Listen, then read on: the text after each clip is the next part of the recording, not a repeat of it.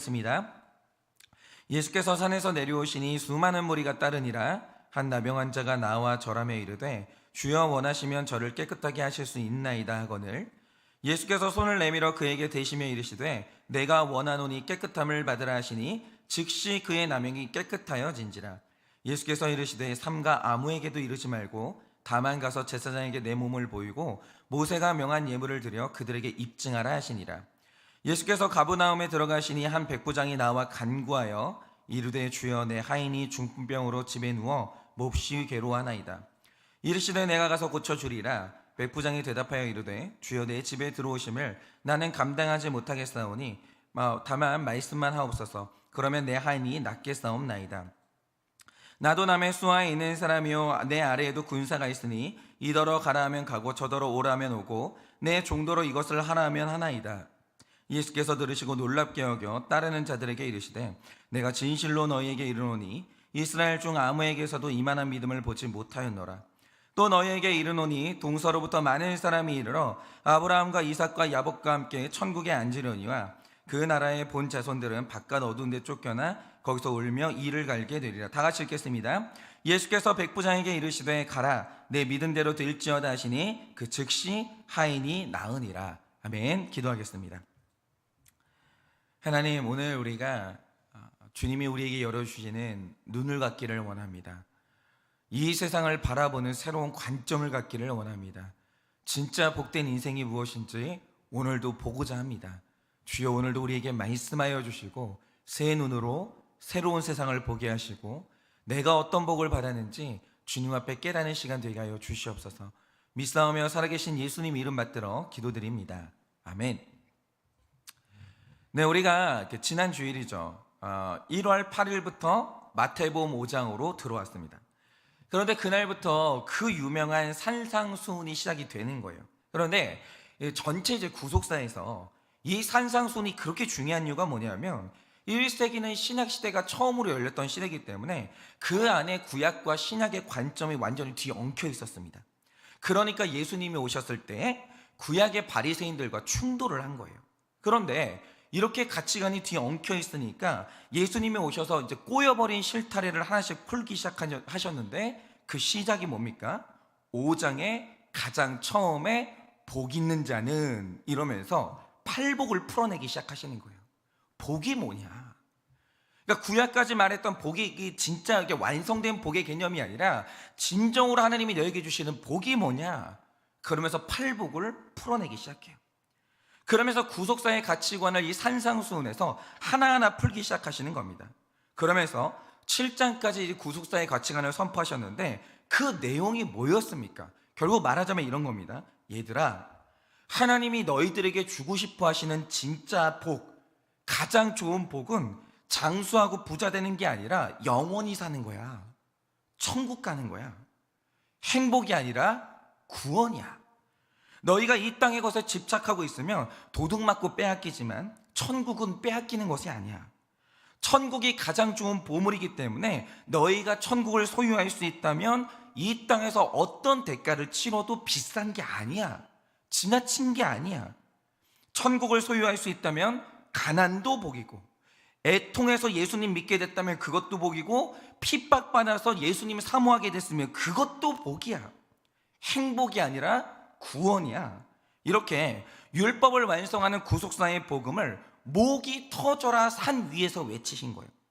그리고 오늘 말씀에서 8장으로 딱 넘어왔는데 이제 예수님이 산상수훈의 모든 가르침을 마치시고 산에서 내려오십니다. 그런데 여기에서 중요한 건 이거죠. 1절 말씀을 보니까 그날 말씀을 들었다는 사람들이 소수가 아니고요, 최소 5,000명으로 추정되는 수많은, 말씀에 그렇게 기록되어 있습니다.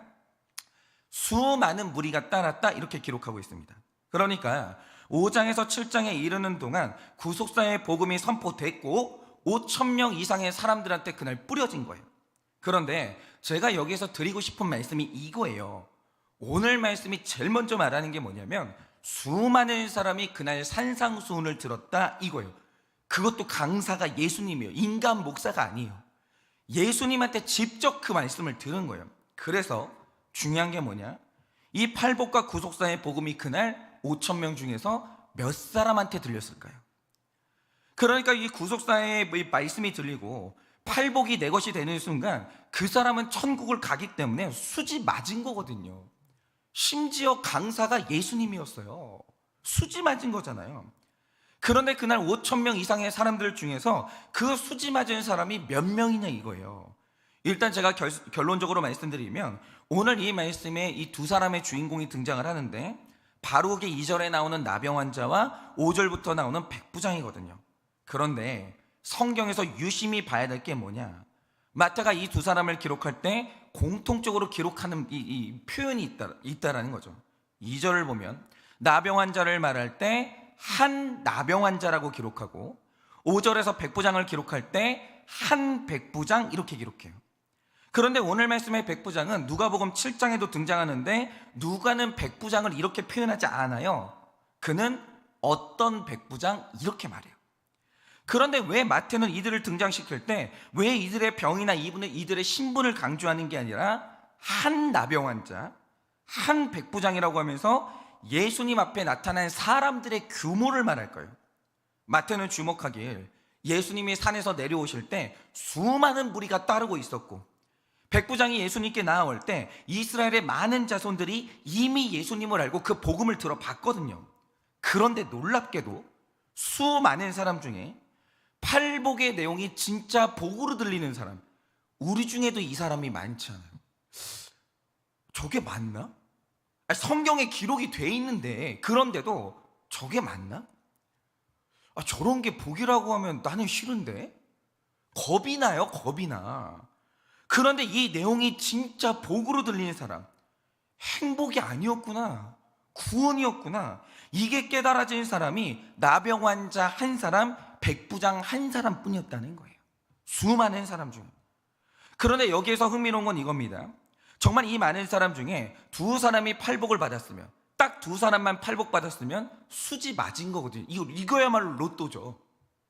이게 진짜 로또 맞은 거죠. 그런데 팔복을 받아서 수지 맞은 두 사람이 다른 사람들 눈에는 어떻게 보였냐는 거죠. 오늘 마태는 이 두 사람이 복 받았다고 소개하고 있는 거예요. 복 받은 사람의 모델이에요. 그런데 이들의 삶이 다른 사람의 눈에 볼 때는 어땠냐 이겁니다. 오늘 우리가 이것을 주목해야 되는데, 자, 먼저는 우리가 백부장의 인생을 살펴보자 이거죠. 자, 5절의 말씀을 보시면 가버나움에서 근무하고 있는 로마의 백부장이 한 명 나옵니다. 근데 5절을 보면 그가 예수님께 나왔는데 나오자마자 하는 게 뭐냐? 간구했다라는 표현이 나와요. 그런데 벌써 여기서부터 이렇게 놀라운 일이 시작되는 거예요. 뭐냐면, 여러분, 로마의 백부장이라고 하면 약 80명의 군사를 다스리는 지휘관이거든요. 그런데 로마는 당시에 누가 뭐래도 군사정권이고 군인들이 나라를 떠받치고 있기 때문에 로마에서 군인들은 가장 존중받는 직업이에요. 그런데 그런데 거기에 더해서 내가 군대의 지휘관이 됐다? 그럼 그 사람은 누군가에게 명령을 하는 사람이지 부탁을 하는 사람이 아니에요. 해달라고 하는 사람이 아니에요. 하라고 명령하는 사람이지. 그런데 오늘 말씀에 나오는 백부장이 예수님께 나오자마자 간구했다라는 말이 나오거든요. 그런데 여기서 말하는 이 간구의 원어적 뜻이 뭐냐면 신에게 무릎 꿇고 빌다 이 뜻이에요. 이게 다 포함돼요. 신 앞에 나가요, 자존심 버리고 무릎 꿇어요, 두 손 싹싹 빌면서 비는 거예요. 애원을 하는 거예요. 이게 간구의 내용이에요. 그런데 빌었던 대상이 제우스나 아폴론 같은 말 그대로 그리스 로마의 신이면 그럴 수 있죠. 그런데 오늘 백부장이 나와가지고 무릎 꿇고 자존심 다 버린 다음에 무릎 꿇고 싹싹 빌면서 애원하는 대상이 누구냐? 내 식민지에서 몫으로 살고 있는 30살 청년이에요. 그 앞에 무릎 꿇고 싹싹 빌고 있는 거예요. 그런데 이게 너무 신기한 거고, 또 하나 흥미로운 건 오늘 말씀에 나오는 백부장은 절대로 예수님하고 친하게 지낼 수가 없는 사람이에요. 왜냐? 여러분, 누가복음 7장 3절에서 5절 말씀을 보시면 유대인들이 예수님한테 와서 오늘 말씀에 백부장을 소개하는데, 이 백부장은 갈릴리로 오던 당시에 일반 군인으로 온 게 아니고요, 유대인과 로마 사이를 중지하는 외교관의 자격으로 온 거예요. 그러니까 백부장은 무조건 유대인의 기득권자들하고 잘 지내야 돼요. 언제나 어떤 사안이 있을 때 기득권자들 편을 들어주는 게 이 사람 임무라는 거예요. 그런 그 내용이 누가복음 7장 3절에서 5절 말씀에 기록되어 있는데, 그런데 성경의 기록을 보면 벌써 이 당시에 예수님이 선포했던 복음이 기존의 질서를 뒤엎고 있었기 때문에 유대인들의 지도자와 예수님 사이에 갈등이 시작되고 있었어요. 벌써부터. 그런데 이 둘 중에서 원래 백부장이 누구 편이냐? 당연히 기득권자들 대제사장 편이에요. 그게 그 사람의 포지션이에요. 그런데 백부장이 오늘 예수님께 정중히 무릎을 꿇고 마치 신에게 빌듯이 간구를 하는데, 심지어 예수님을 부르면서 주여라고 부르는 거예요. 이건 있을 수가 없는 일이에요. 로마 군인한테 나의 주인은 로마 황제밖에 없어요. 그게 안 되는 거예요. 그렇게 말하면 안 되는 거예요. 그런데 지금 이 로마의 지휘관이 예수님한테 와가지고 하는 말이 뭐냐? 주여, 이러는 거예요. 이거 황제한테만 쓰는 호칭이거든요. 예수님한테 이러는 거예요. 이 모든 게 지금 이 장면들이 있을 수가 없는 일인데 불가능한 일이 지금 우리 눈앞에 펼쳐지고 있는 거예요. 그런데 이 사람이 이러는 이유가 뭐냐? 지금 이 사람 눈에는 예수님의 정체가 열려버린 거예요. 누가 뭐래도 백부장에게는 이 내 눈앞에 있는 예수가 내 구원자인 것이 보이는 거예요. 이 사람 말고는 날 구원할 자가 없어요. 그러니 내가 무릎을 꿇던 주여라고 부르던 아무 문제가 안 되는 거예요. 내 직업을 잃어도 좋아요. 이 사람이 내 구원자이기 때문에. 그러니까 지금 이 사람은 로마 제국이 아니라 천국을 얻은 사람이고 기득권을 얻은 사람이 아니라 팔복을 받으면서 수지 맞은 거예요. 이 사람은 천국 갔어요. 성경에 이 사람 이름이 기록되어 있다. 그리고 오늘 예수님이 말하는 게 뭡니까? 온 유대 땅에서 이런 믿음을 내가 본 적이 없다는 거예요. 이 사람은요 100% 천국 간 사람이에요. 완전히 수지 맞았죠. 그런데 중요한 건 이겁니다. 이 팔복이요, 예수님을 따라다니던 수많은 군중에게 들렸으면 그럴 수도 있겠다는 생각이 들어요. 그런데 어떻게 로마 사람인 백부장에게 팔복의 말씀이 기쁜 복음으로 왜 들렸냐 이거예요. 왜? 오늘 말씀은 그게 중요한 게 아니에요. 그거 중요한 거 아닙니까? 왜 하필이면 이 사람한테 팔복이 복음으로 들렸을까? 어떻게 백부장의 눈에 예수님을 알아보는 영안이 열렸는가? 이 백부장의 인생을 보면 그걸 도와준 한 사람이 있는 거예요. 자, 6절을 보시면 백부장과 예수님을 만나게 도와준 중매쟁이가 나타나는데 바로 그게 이 집의 하인이에요. 그런데 말씀을 보면 이 하인의 정체가 굉장히 독특합니다. 오늘 말씀을 보면 이 사람을 하인이라고 기록하는데 이 하인의 헬라어가 파이스거든요. 그런데 로마 사회 안에서 이 파이스의 위치가 참 애매해요. 그러니까 이게 무슨 말이냐? 잘 알듯이 이 로마 안에서는 노예가 합법이었기 때문에 로마의 노예 사회는 굉장히 다양한 계층이 존재했습니다. 예를 들어서 사도 바울의 경우도 자기 자신을 그리스도의 종이라고 소개했는데 로마서 강해를 들어보신 분들은 아시겠지만 로마서에 등장하는 이 종의 헬라어가 뭐냐면 둘로스예요. 그런데 이 둘로스는 종의 계층들 중에서 가장 밑에 있는 계층입니다. 일단 죽고 사는 생사 여탈권이 나한테 없고요, 둘로스의 가격은 새 한 마리 값도 안 되는 거예요. 그러니까 이 둘로스는요, 주인이 심심해서 죽였다라고 해도 죄책감을 느끼거나 처벌받는 존재가 아니에요. 그냥 불가촉 천민이에요. 그러니까 그 집에서 어떤 일을 해야 된다? 그럼 예를 들어서 이제 똥을 푼다, 똥오줌을 푼다. 그러니까 이게 둘로스가 하는 일이에요. 가장 천한 일 하는 사람. 그런데 오늘 말씀에 나오는 파이스는 이런 존재가 아닙니다. 굳이 번역하면 하인이 맞긴 하는데 우리가 생각하는 그런 종이나 뭐 노비가 아니고요, 학자들이 말하길 이 파이스는 가족과 종의 중간쯤 어디 속한 사람이에요. 가족과 종 중간쯤 어디. 그런데 왜 로마에 이런 계층이 있는가? 여러분, 로마는요 혈통이 중요한 사회가 아니에요. 철저하게 능력 중심의 사회입니다. 그래서 어떤 사람이 이제 내가 성공을 해서 부를 모았는데 이 사람이 자기 재산을 자식들한테 물려주려고 보니까 자식들 중에서 똘똘한 애가 없는 거예요. 재벌집 막내 아들 중에 똘똘한 애가 없는 거죠. 그러면 아들이라고 물려주지 않아요. 로마는 황제가요 대물림 되는 게 아니에요. 혈통 중심으로. 로마의 황제는 철저하게 능력 중심으로 물려주는 사회입니다. 그러면 이 사람이 자기 집에 능력이 없다 아들들이 누구에게 물려주냐? 종들 중에서 지능이 우수하고 뛰어나고 외모가 수려한 사람이 있다? 그 종을 내 양자로 삼은 다음에 그 사람한테 내 재산을 물려줘요. 그래서 로마서를 보면 우리를 일컬어서 너는 택자들을 양자라고 부르거든요. 너희는 하나님의 양자라고 부르는데 여기에서 양자가 누구냐? 그게 바로 파이스예요. 원래는 하인인데 주인에게 입양이 돼가지고 그 집의 상속자가 된 사람이 양자라는 거죠. 그게 파이스예요. 그러니까 로마서에서 그 바울이 신자를 끌어서 너희는 양자다라고 할 때 로마 사람들이 이게 무슨 뜻인지 다 알았던 거예요. 내가 하나님한테 입양돼가지고 원래 내가 종인데 주님께 입양돼서 아들이 됐구나. 나한테 천국의 상속권이 주어졌구나. 이 말 뜻이 뭔지를 다 알았던 거예요. 그런데 오늘 말씀에 나오는 백부장의 하인이 뭐냐? 그게 바로 파이스예요.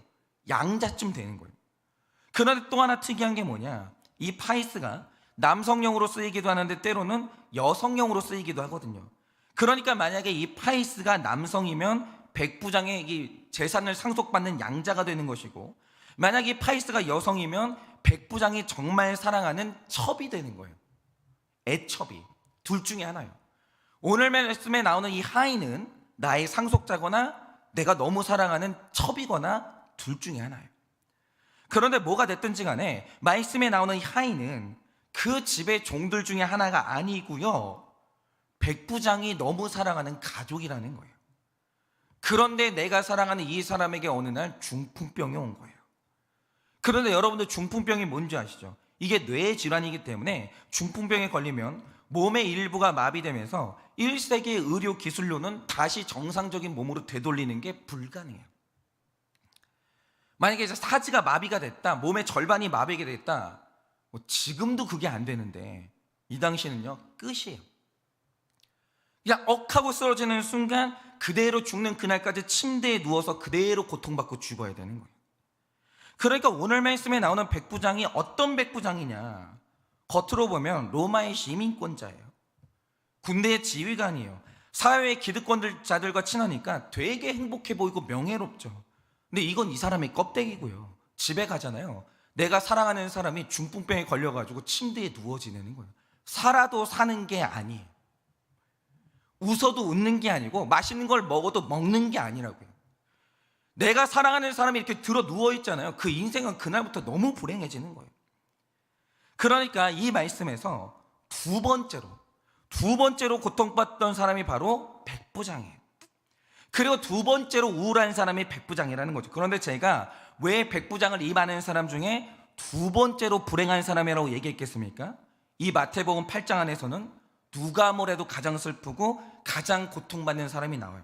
그게 바로 2절 말씀에 나오는 나병 환자죠.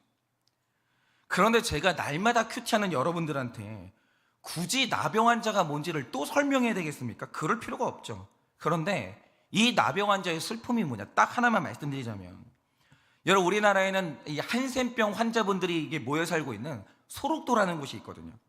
그런데 제가 이제 대학원을 다닐 때, 신대원을 다닐 때 소록도에서 사역하시는 목사님께서 학교에 설교를 하러 오신 적이 있어요. 그래서 그분 설교를 듣는데 이분이 이런 말씀을 해주시더라고요. 과연 한센병에 모여 사는 사람들은 어떤 삶을 살고 있을까 궁금할 수 있는데 그냥 우리들하고 똑같이 살아요. 거기도 사람 사는 데예요. 그래서 이제 한센병 환자들도 거기서 살다가 남녀가 있을 거 아니에요. 그러면 서로 사랑하게 되면 한센병 환자끼리 결혼을 합니다. 그런데 문제는 결혼을 하면 합방을 하게 될 것이고, 그러면 이제 임신을 하게 되거든요. 그러니까 이들도 임신을 하게 되면 출산을 하게 되는데, 이 출산 과정에서 가장 신경 쓰이는 게 뭐겠어요? 태어나는 아이가 감염되지 말아야 되는 거예요. 그러니까 아이가 태어날 때 그날만큼은 엄마도 긴장하고 의료진도 긴장하고 밖에서 기다리는 아빠도 긴장하면서 초비상 가운데서 출산을 하는 거예요. 단 한 방울이라도 피가 이 아이 입속으로 들어가면 얘도 한센병 환자가 되는 거예요. 그런데 의료 기술이 좋아져가지고 이걸 이제 막을 방법이 있는 거죠. 그런데 마침내 아이가 태어나서 성공적이다, 이 아이가 건강하게 태어났다, 그러면서 이 아이의 울음소리를 듣고 의사의 말을 듣는다는 거죠. 그럼 밖에 있는 아빠, 안에서 아이를 낳는 엄마가 펑펑 울고 오열을 하기 시작해요. 왜 그러냐? 보통 나병 환자들 몸에는 엄청나게 많은 물집이 잡혀 있거든요. 그런데 그 물집 안에 있는 물이 한센병 병균이 다 포진되어 있는 거예요. 그래서 누구든 그 물집이 터지면서 그 타에게 접촉되는 순간 나병에 걸리는 거예요. 치명적이에요. 그러니 한센병에 걸린 엄마 아빠는 내 아이를 낳았어요, 못 안아봐요. 안아볼 수가 없어요. 그러니까 엄마는 태어난 아이에게 단 한 번도 젖을 물릴 수가 없어요. 그리고 지금은 어떤지 모르겠는데 예전에는 아이가 태어나자마자 아이를 격리시키고 섬 밖으로 내보냅니다. 태어나는 즉시 부모와 분리되면서 이 아이는 소록도를 떠나고 엄마 아빠는 그날부터 이 아이를 볼 수가 없어요. 어떻게 사는지도 몰라요. 그런데 이걸 아니까 부모는 아이의 우는 소리, 내 아이가 태어나는 그 소리를 듣는 순간 그 서러움에 통곡을 하기 시작해요. 내 새끼가 태어났는데 나는 얘를 안아볼 수도 없고 젖을 물릴 수도 없고 태어난 그날 이 아이하고 이별해야 되는 거예요. 이게 오늘 말씀에 나오는 나병이에요. 아무하고도 접촉이 불가능해요. 사회적으로 완전히 격리가 되는 거죠. 그러니까 나병은 다른 병이 아니고 외로운 병이에요. 나병에 걸리는 순간 그 옆에는 사람이 아무도 없어요.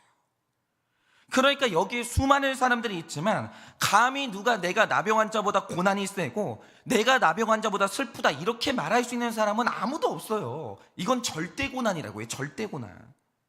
그러니까 이 많은 사람들 중에서 고난의 끝판, 그러니까 1위는 나병 환자고 그 다음이 내 상속자 혹은 내 사랑하는 사람이 중풍병으로 쓰러진 백부장이 두 번째로 불행한 사람이에요. 그러니까 오늘 말씀에 수많은 사람 중에 첫 번째로 불행한 사람이 2절부터 나오고요, 두 번째로 불행한 사람이 5절부터 나오는 거예요. 그러니까 이 두 사람을 잘 보세요.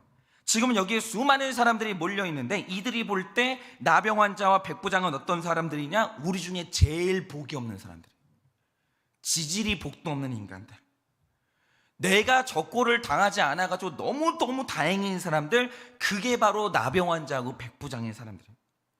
그런데 이 구속사의 관점이 성경의 본질인 이유가 이거예요. 여러분, 성경 보면서 관점 안 바뀌면 그거 실패한 거예요. 오늘 마태가, 예수님이 완전히 우리의 이 관점을 뒤집어 버리는 건데, 오늘 마태가 주목하는 게 뭡니까? 이 두 사람은 세상이 볼 때는 가장 불행한 사람 1위하고 2위예요. 그런데 마태가 오늘 말하는 게 뭐냐? 이 두 사람은 불행한 두 사람이 아니라 수지 맞은 두 사람이라는 거예요.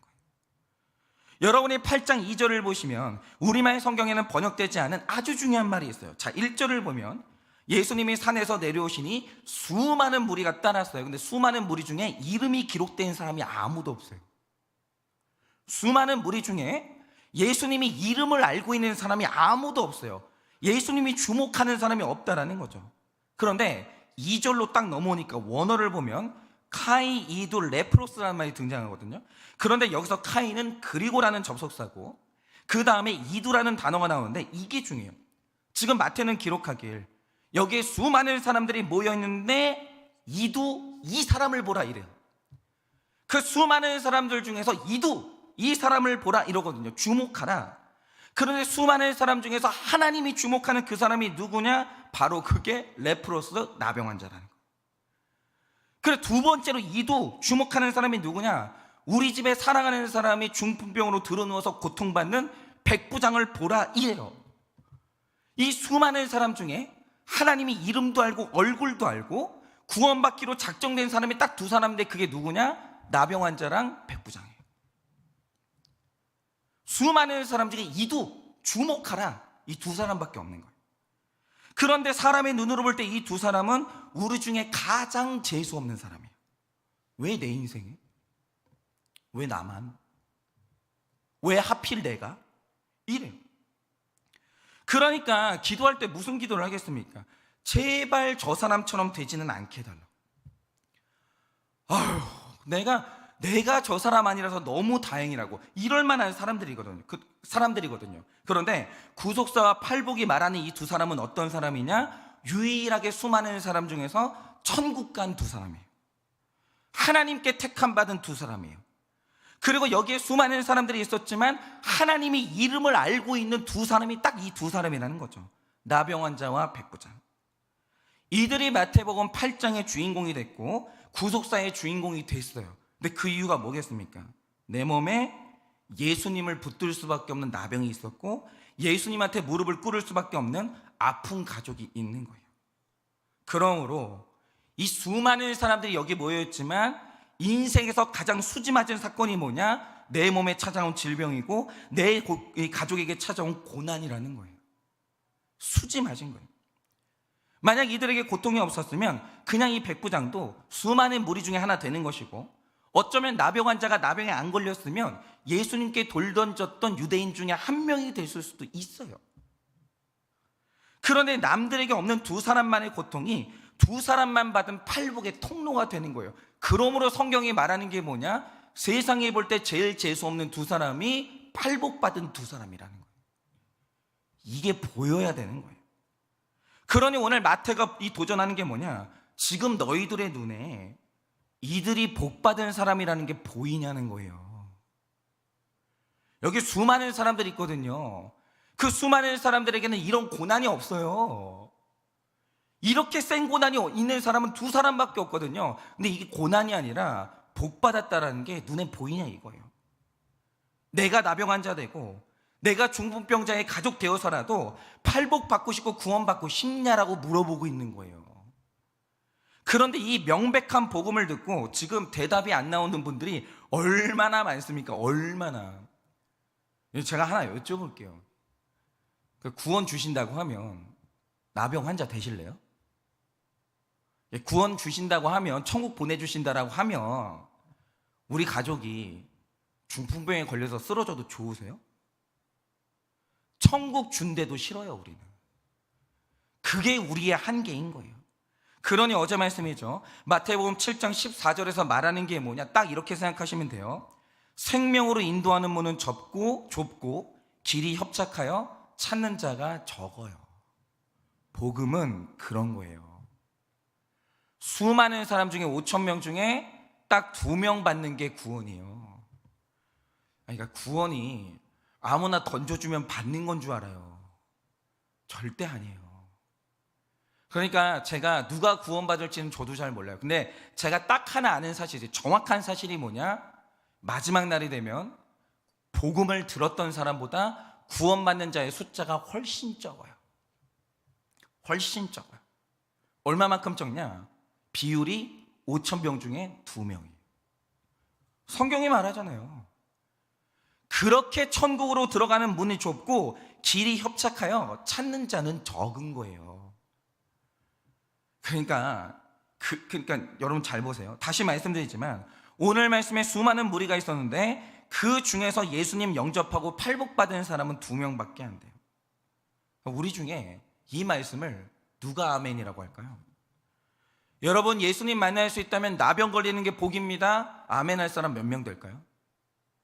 여러분, 예수님 만날 수만 있다면, 천국 갈 수만 있다면 중풍병이 오는 게 그게 복입니다. 아멘 할 사람 몇 사람 될까요? 여러분, 우리 중에 몇 사람이나 나병 환자와 백부장이 수지 맞았다라는 걸 이거 알아보는 사람 몇 사람이나 되냐고요. 이걸 누가 인정하냐 이거죠. 그래서 구속사의 문턱이 높은 거예요. 그래서 천국을 가는 것은 낙타가 바늘길을 통과하는 것보다 어려운 거예요. 이 말씀에 아멘이 안 되잖아요. 죄송한데 군중이에요. 수많은 사람들. 그러니까 예수님이 놀라는 게 그거예요. 내가 이스라엘의 자손 중에 수많은 사람 중에 이런 믿음을 가진 사람을 본 적이 없다는 거예요. 여러분, 예수 믿고 예수 따르는 게 쉬운 게 아닙니다. 여러분, 이 기독교의 중심은 십자가예요. 악기가 아니에요. 노래하는. 여러분, 구원받는 게 쉬운 일이 아닙니다. 그러나 만약에 이 고난이 와서 말씀이 들리고, 야, 이게 행복이 아니라 구원이었구나, 거룩이었구나, 이게 납득이 된다. 그 사람이 바로 구원받은 백부장 되는 것이고 나병 환자가 되는 거예요. 그러니까 분명한 것은 오늘 이 말씀에 숨겨진 보화를 발견하고 아멘하는 사람도 분명히 있다는 거예요. 없는 게 아니에요. 있어요. 이 땅에 그런 택자는 존재하는 거예요. 여러분, 제가 확실히 말씀드릴게요. 나병 환자는 복돼요. 수많은 군중 모르겠어요. 어떻게 살았는지는. 천국을 소유하지 못했으면 아무 소용없어요. 여러분, 오늘 이 말씀에 나오는 이 나병 환자요, 복 받았어요. 수지 맞았어요. 여러분, 백부장이요, 고통받았죠. 맞아요. 사랑하는 사람이 누워있는 걸 보면요, 보는 사람도 고통스러워요. 근데 복 받았어요. 수지 맞았죠. 예수님 만났어요. 이게 아멘이 돼야 구속사로 넘어가는 거예요. 이 안에 숨겨져 있는 보화가 있는 거예요. 이 보화를 캐내는 게 구속사인 거예요. 여러분, 구속사는요 드러난 복이 아니에요. 밭에 숨겨진 보화예요. 여러분, 이 말씀에 숨겨진 그 보화가 보이시냐 이거죠. 이 말씀에 복받은 이 두 사람이 정말 복받은 사람으로 보이냐 이거죠.